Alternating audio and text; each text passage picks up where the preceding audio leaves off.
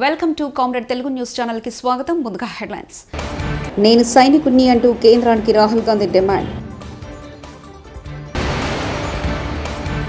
6 గ్యారెంటీలకు వైఎస్ పూర్తి సీఎం రేవంత్ రెడ్డి.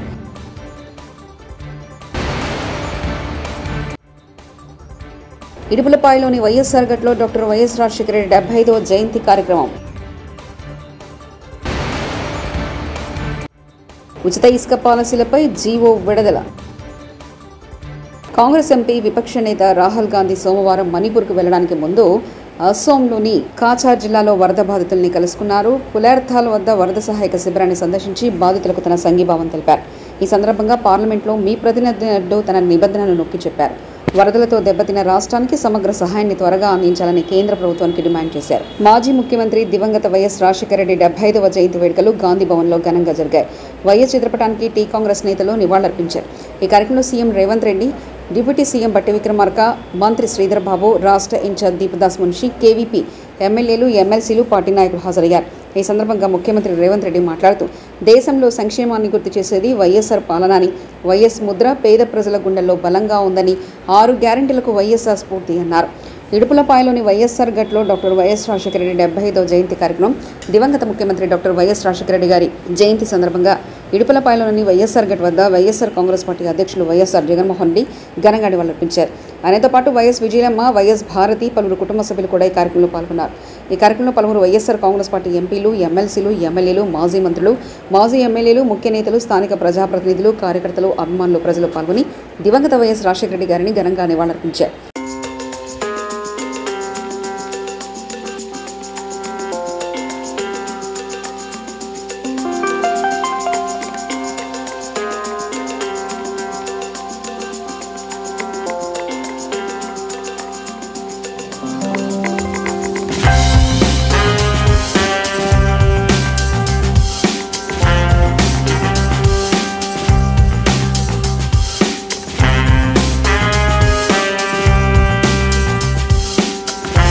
ఏపీలో ఉచిత ఇసుక పాలసీపై జీవో వచ్చేసింది. ఉచిత ఇసుక జీవోను రాష్ట్ర ప్రభుత్వం సోమవారం మధ్యాహ్నం విడుదల చేసింది.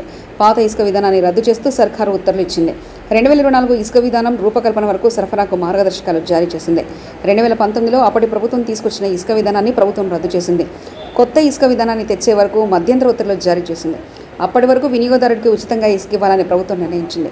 ఈ మేరకు జీవో నంబర్ 43ను జారీ చేసింది. వినియోగదారుడు ఎత్తుడు, దించుడు కూలీతో ఇతర చట్టబద్ధమైన పనులు చెల్లించాల్సి ఉంటుందని ప్రభుత్వం ఇచ్చిన ఆదేశాల్లో పేర్కొంది. తెలంగాణలో డిమాండ్లను చంద్రబాబు అంగీకరించాడా? ఆంధ్రకి అన్యాయం చేసిన చంద్రబాబుది. తన కేసులకు భయపడి 10 సంవత్సరాలు ఉమ్మడి రాజధానిగా ఉండాల్సిన హైదరాబాద్ను వదిలేసి ఆంధ్రాకి పారిపోయేటంటూ అంబటి రాంబాబు, మాజీ మంత్రి వ్యాఖ్యానించారు.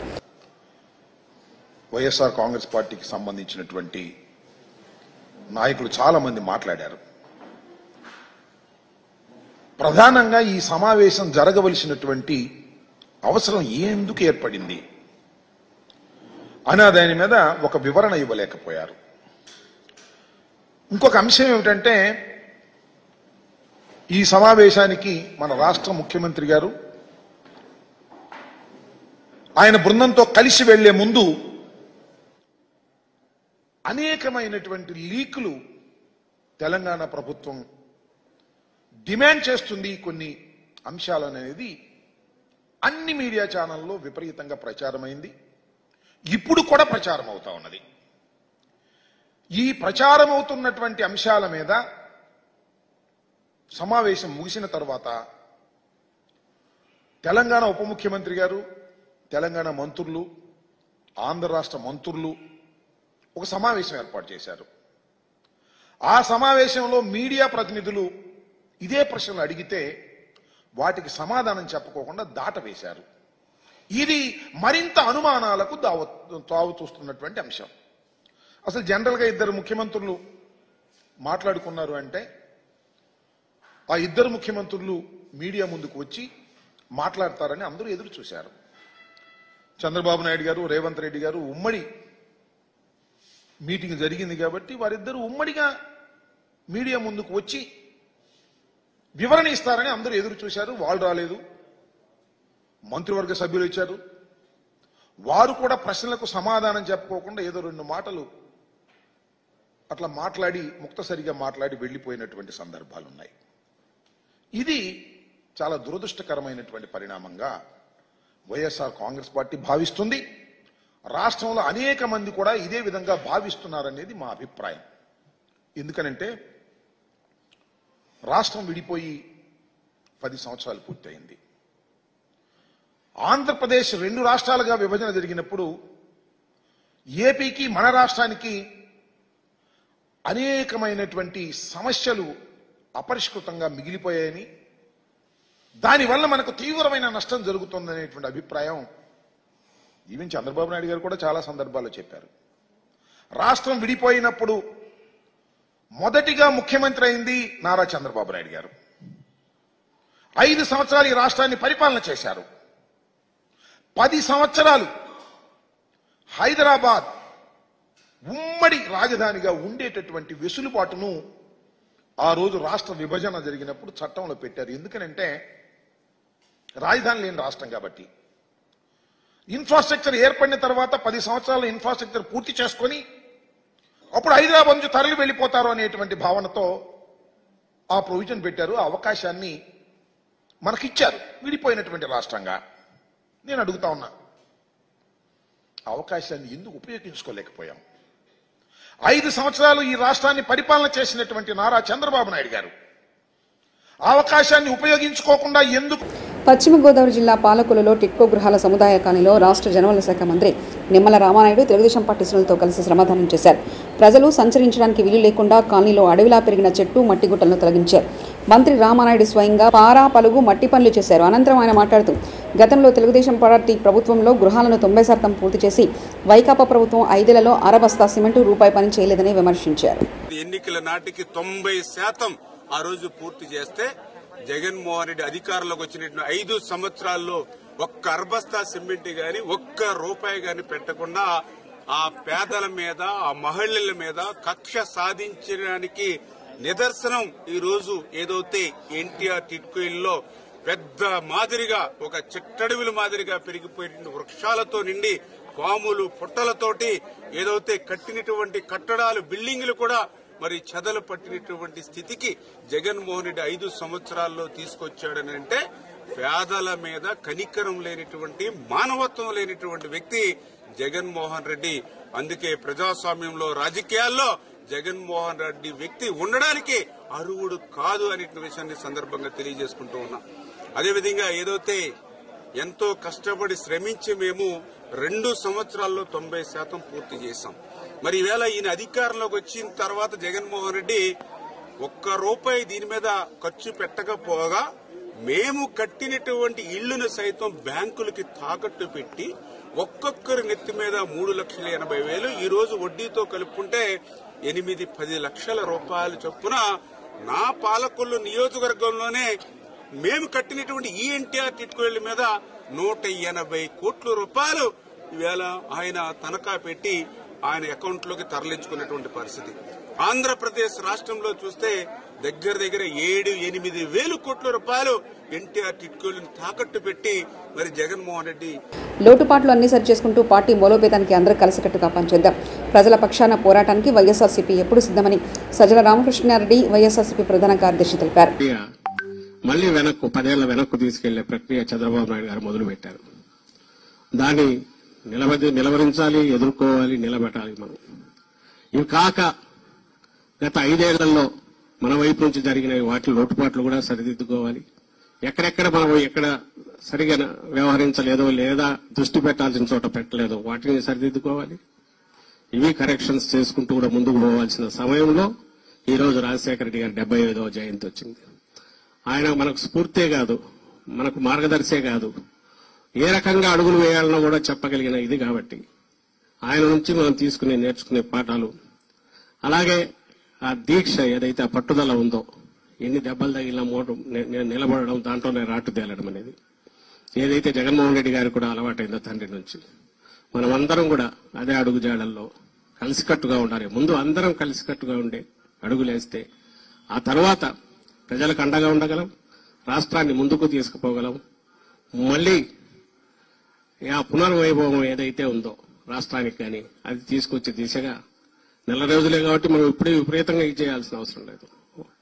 వాళ్లే తవ్వుకుంటున్నారు, మొదలు పెట్టారు. లక్షణంగా ప్రజల అధికారంలోకి ఇచ్చినప్పుడు చంద్రబాబు నాయుడు గారు దాన్ని ఎట్లా సద్వినియోగం చేసుకోవాలని ఆలోచించకుండా ఎట్లా పక్కదారి మళ్లించాలో ప్రజల చూపు మళ్లించి ఇటువైపు ఇంకా ఇప్పటికీ రాసే జగన్మోహన్ రెడ్డి గారి మీదనో వైఎస్ఆర్ కాంగ్రెస్ పార్టీ మీదనో అది అటాక్స్ చేయడం ద్వారానో ఇంకో ద్వారానో ప్రజల దృష్టి మళ్లించాలనో తాను అమలు చేయాల్సిన హామీల నుంచి తప్పించుకోవాలని చూస్తున్నారు. అది సాగనివ్వకూడదు. మనమంతా కలిసికట్టుగా అడుగులు ముందుకు వేయాలి. ఎవ్వరూ డీలా పడాల్సిన అవసరం లేదు. చిన్న చిన్న కరెక్షన్స్ మనం చేసుకోవాల్సినవి అవి కూడా జరుగుతాయి, ఖచ్చితంగా జరుగుతాయి ఫర్ ది పీరియడ్. అండ్ మళ్లీ పాత పునర్వైభవం వస్తుంది. రాష్ట్రానికి ఏ నష్టం జరిగినా మనం ఊరుకోమనేవి ఇది కూడా మనం తీసుకెళ్లాలి. అండ్ ప్రజల పక్షాన ఎప్పుడు నిలబడే పార్టీగా మరోసారి పునరంకితం అవుతామని మనం అందరం కూడా శపథం చేయాల్సి ఉంది. ఈ సందర్భంగా ఈరోజు ఇంతకంటే మంచి రోజు కూడా మనకు రాజశేఖర రెడ్డి గారి జయంతికి మించింది లేదు. మనం అందరం కలవడానికి, కలిసి అడుగులు వేయడానికి, అదే దీక్ష పట్టుదలతో జగన్మోహన్ రెడ్డి గారికి అండగా నిలబడడానికి, పార్టీని ముందు నడపడానికి అని చెప్తూ మరోసారి అందరికీ రాజశేఖర రెడ్డి గారి జయంతి 75వ జయంతి ప్రత్యేకత ఉన్న రీత్యా 75వ జయంతి సందర్భంగా శుభాకాంక్షలు తెలియజేస్తూ సెలవు తీసుకుంటున్నాను. Thank you. రాష్ట్రంలో పోలీస్ వ్యవస్థ విఫలమైందని మాజీ మంత్రి వెల్లంపల్లి శ్రీనివాసరావు, వాణిజ్య విభాగం అధ్యక్షులు మురళీకృష్ణపై దాడి చేయడం హేయం. రాష్ట్రంలో పోలీస్ వ్యవస్థ తెలుగుదేశం పార్టీ బానిస సంఖ్యలో ఉంది. రాష్ట్రంలో లా అండ్ ఆర్డర్ లేదా లోటస్ ల్యాండ్ మార్క్ వద్ద ఏసీపీ కార్యాలయం ప్రాంతం ముందే ఈ ఘటన జరిగింది. పోలీస్ కమిషనర్కు ఫిర్యాదు చేసినా ఎటువంటి స్పందన లేదు. ఎమ్మెల్యే బోండా ఉమా అనుచరులతో పాల్పడుతున్నాడు. సెంట్రల్లో సుమారు 35 మందిపై దాడులు జరిగాయి. ఎమ్మెల్యే బోండా ఉమా మర్యాదగా దాడులు ఆపాలని తెలిపారు. దుర్మార్గంగా వచ్చి షటిల్ ఆడుకొని ఇంటికి వెళ్లే గ్యాప్ లో దాదాపు అంతా కూడా ఇల్లుండే ఏరియా, లోటస్ అనేది గేటెడ్ కాంపౌండ్ లో ఇల్లుండే ఏరియా. ఆ ఏరియాలో ఉదయం 8:30 గంటలకే దాడి చేయడం అంటే ఈ రాష్ట్రంలో లా అండ్ ఆర్డర్ ఉందా లేదా? అసలుకి లా అండ్ ఆర్డర్ అనేది ఒకటి ఉందా లేదా? ఇక్కడ పక్కనే సౌత్ ఏసీపీ ఆఫీస్ కూడా, ఇతని మీద దాడి జరిగిన ప్రదేశం పక్కనే విజయవాడ సౌత్ ఏసీపీ ఆఫీసు. అంటే పోలీసు ఏసీపీ ఆఫీస్ పక్కనే దాడులు జరుగుతుంటే అసలు పోలీసు వ్యవస్థ ఉందా లేదా? ఇక్కడ పోలీసు వ్యవస్థ పనిచేస్తుందా? దాదాపు ఇప్పటికే మేము సిపి గారికి పలుమార్లు చెప్పడం జరిగింది. అనేక ఘటనల మీద కంప్లైంట్ చేయడం జరిగింది. ఈ దాడులు ఆగట్లేదు. ఈ దాడుల్ని ఆపుతారా ఆపరా పోలీస్ డిపార్ట్మెంట్? చంద్రబాబు, పవన్ కళ్యాణ్, ఈ కూటమి నేతలంతా కలిసి వైఎస్ఆర్సీపీ శ్రేణుల మీద దాడులు చేస్తున్నారు. ఈ దాడుల్ని ఏ ఒక్కరు కూడా, ఏ పోలీస్ డిపార్ట్మెంట్ కూడా ఆపే పరిస్థితి లేదు.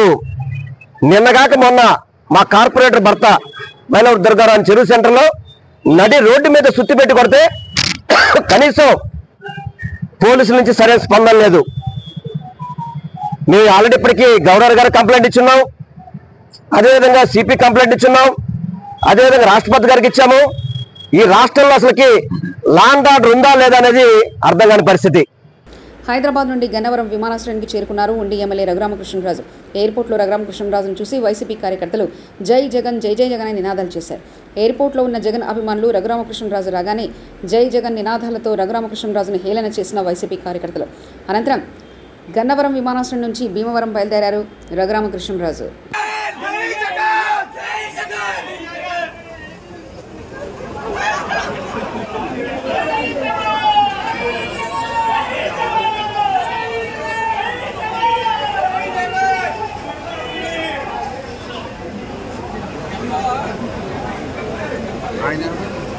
రెగ్యులర్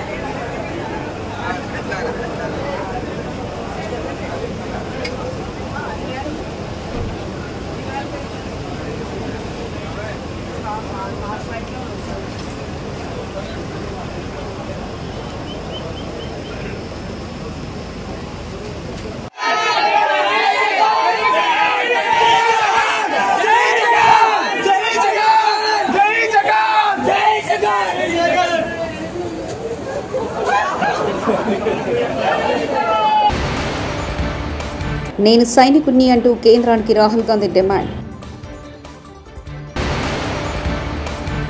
6 గ్యారంటీలకు వయస్ఫూర్తి సీఎం రేవంత్ రెడ్డి.